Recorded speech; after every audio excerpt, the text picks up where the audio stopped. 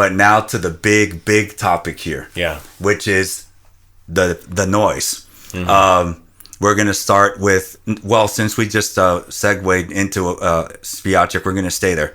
So after that, Badosa made a comment about Swiatek complaining, and she said, I'm paraphrasing here.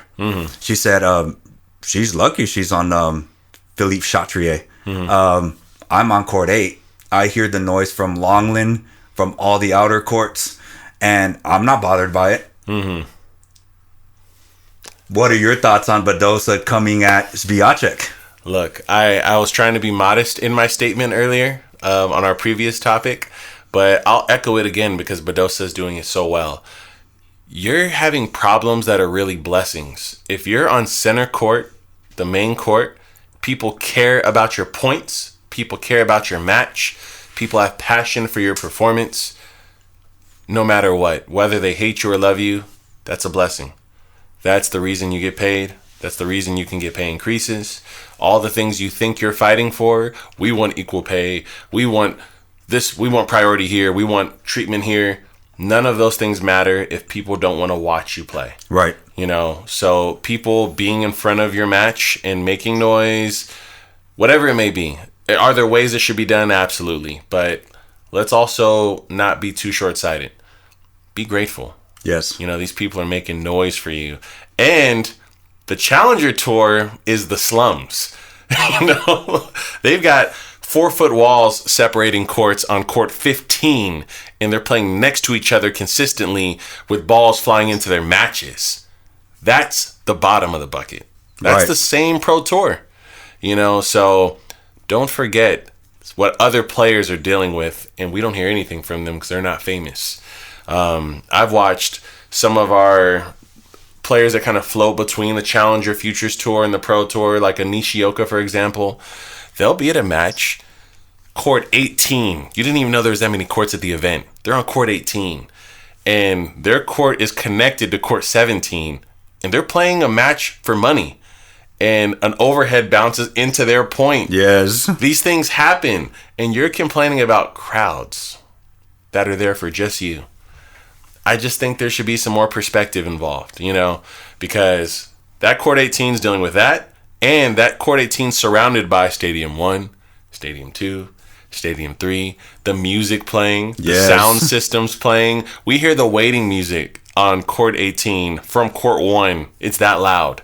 And these players got to just play through it, you know, and these players have more distractions. You can see people walking around because these courts don't have giant stadium stands that are that high. These people, I think she's forgetting where she came from a little bit, you know, and I hope that she gains a little perspective from this. I get it. Narrow margins, big money. She's on top of the world. She's got a target on her back. I get it. I'm not mad at her for saying it changes the outcome of the match. But I just want her to know most of us don't sympathize. You know, and that's going to be what it is. What do you think? Yeah, I agree. I mean, everybody's going to be chatting. Yeah. At the U.S. Open, I'll get to this in a bit, but at the U.S. Open, people, you could hear talking during the point. Yeah. And what are you going to do about it? Mm-hmm. You have to be able to block them out a little bit. Yeah. Obviously, in the next scenario we're going to give you, it's a little different. Mm-hmm. But I think that Iga needs to be able to tune them out. And that's what she even said. She said, normally I'm able to tune you guys out. Mm-hmm. And I try to stay in the zone. But this really bothered me, so I had to get it out. Mm-hmm. But now here's, I read the online stuff. And a lot of people are saying, well, but Badosa hasn't earned the right to play on Chatrier. Why is she even talking? I don't like that. What are your thoughts on that? That's kind of lame. You know, she's not saying she deserves the right. She's saying, in an ideal world, I'd like to make it there. I do want to get to that level. What player doesn't want to be on center court and have those problems? You know, that's what she's saying. I think that fans don't understand the sport is a bigger issue to talk about. Most tennis fans don't know anything about the tour or tennis, which is hilarious to me. But yeah, I'm not mad at Badosa for her statement. I think it was justified. Yes, and now the big statement. Even our thumbnails director here, where her and I were talking about it, and she was all, well, Badosa is Sabalenka's friend. Maybe there's a dig there. Do you think that Badosa was going after Iga for Sabalenka? That was also said online. I don't think so. I don't think that Badosa is in love with Iga for sure. I don't think that helps. But I'd like to think that Badosa was just making a very good point as a fellow pro women's tennis player. And it would be hilarious if she's taking a dig at her on behalf of Sabalenka, but I don't think so here. They are besties. Yeah, I think she's just making a great point. Okay. And I wouldn't be surprised if behind closed doors they're calling Iga a baby for this. Oh, for sure. But yeah, I don't think this is a dig. No. I think that she's just making really great points here. Yes. So. All right, so we got to that. Now we're going to get to, are the French just rude? Well, Goffin played a Frenchman in his first round match, and he said that was the worst atmosphere he's ever been in a professional tennis match. He said that, and again, I'm paraphrasing. Yeah. He said that the French are a bunch of hooligans, that it's going to turn into football match. When they have the sticks, when they lighting them up on fire, they're just a bunch of hooligans. As a matter of fact, that's when he said, nowhere do you see this. Not even at the U.S. Open. The French Open is the worst crowd ever. Wow. As a matter of fact, he even said that somebody spit gum at him in the match. Wow. And now because of that, Emily Mauresmo, the director of the French Open, they banned alcohol. Wow. And we'll get the reaction of other players, because I have a couple reactions of some players. What do you think of Goffin's statement? It sounds like he had an isolated, very bad scenario go down. I don't think we've ever heard any other tennis player call the French Open the worst one, or the worst event, or the toughest event to deal with. And I wonder if any of this has to do with the lack of presence from a certain Spaniard in the draw now. I wonder if that has any influence on this behavior we're seeing, where there's just less respect in the tournament.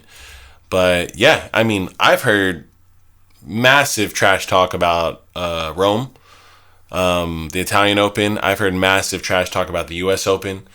I've heard newer talks about the Australian Open.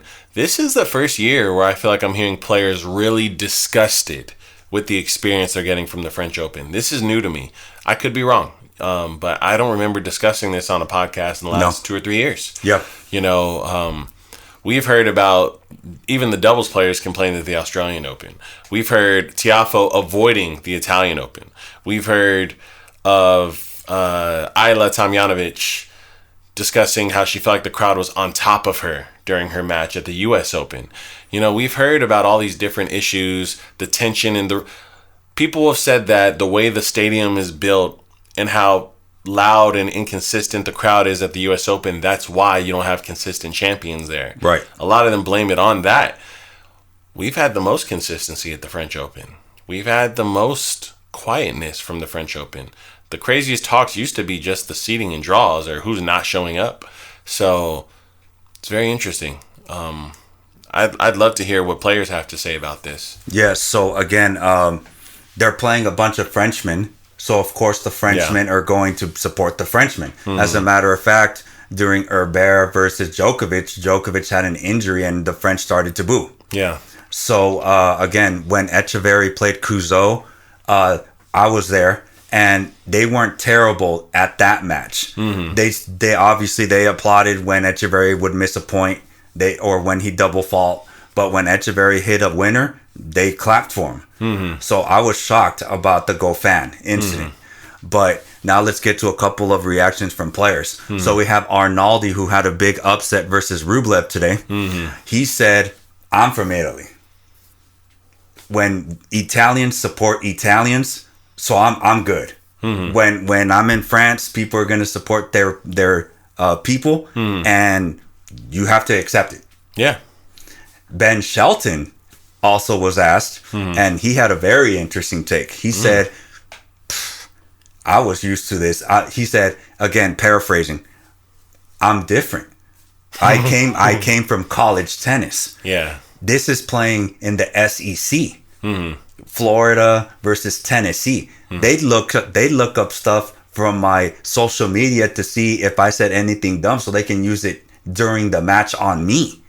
They talk crap about my girlfriend, my family. So I'm used to it. I'm good. I love that. What are your thoughts on Arnaldi and Shelton's reaction? This is the stuff I expect to hear from athletes, right? I'm on foreign soil. I make so much money playing the sport if I'm successful because the whole world watches, right? I'm collecting my pool of pay from a globe. So, of course, when I travel that globe and go to said places, I'm not going to get the same support everywhere I go. All I can hope is that when I go where I'm from, they support me there. That's all you can really ask for, right? You know, you're playing an international sport. This isn't the NBA where you're just in the United States, where even then, if your jersey says the wrong team, the whole stadium might hate you.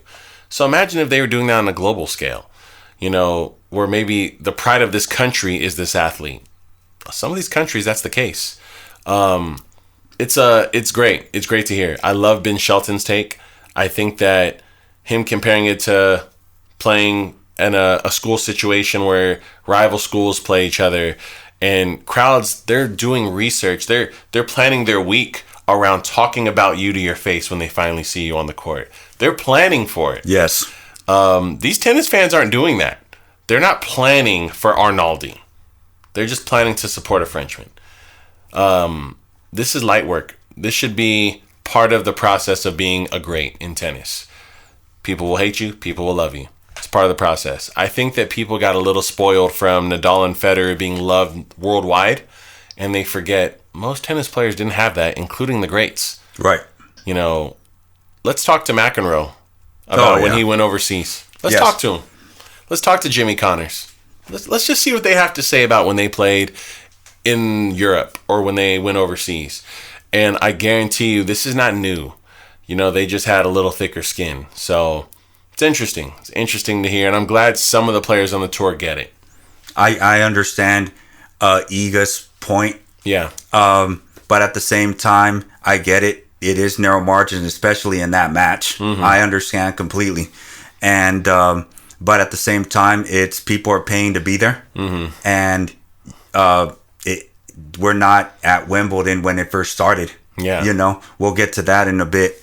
But the Goffin incident, I am behind Goffin for sure. There's no way that should be allowed at all. Yeah, there should be an umpire maintaining that. There should be a tournament director involved in that. Right. So now, what are your thoughts on the classic list basically saying, well, tennis is a gentleman's sport? Why is it all of a sudden a bunch of hooligans, as Goffin said? What would you say to somebody that were to say, well, you're supposed to be quiet during the match? There is no talking.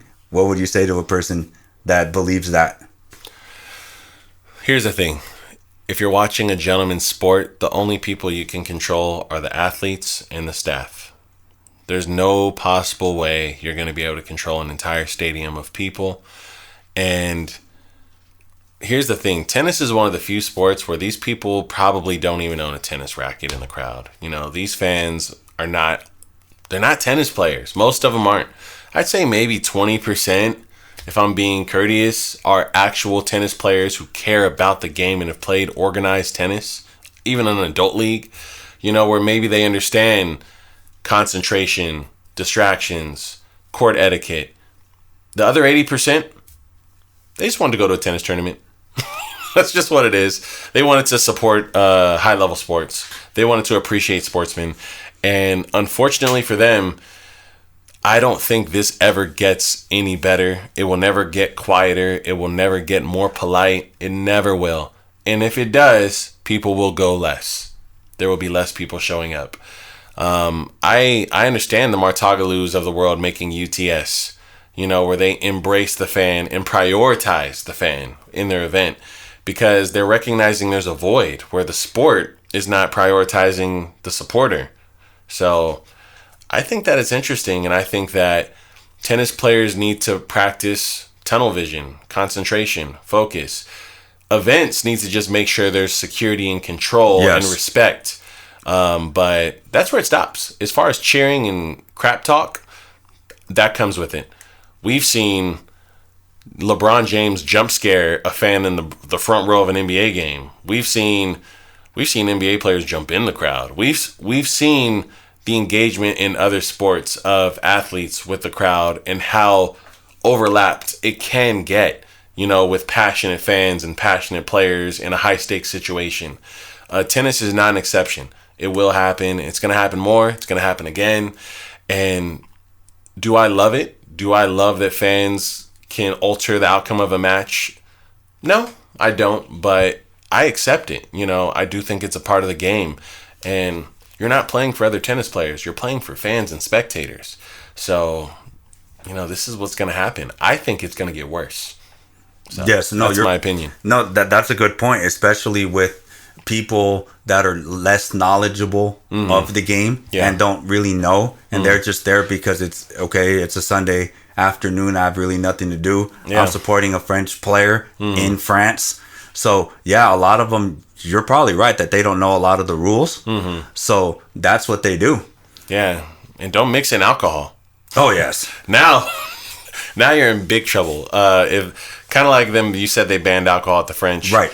Alcohol is going to exaggerate everything that can go wrong. So, yeah, as long as there's cocktails, beverages, and alcohol available, anticipate this getting even worse.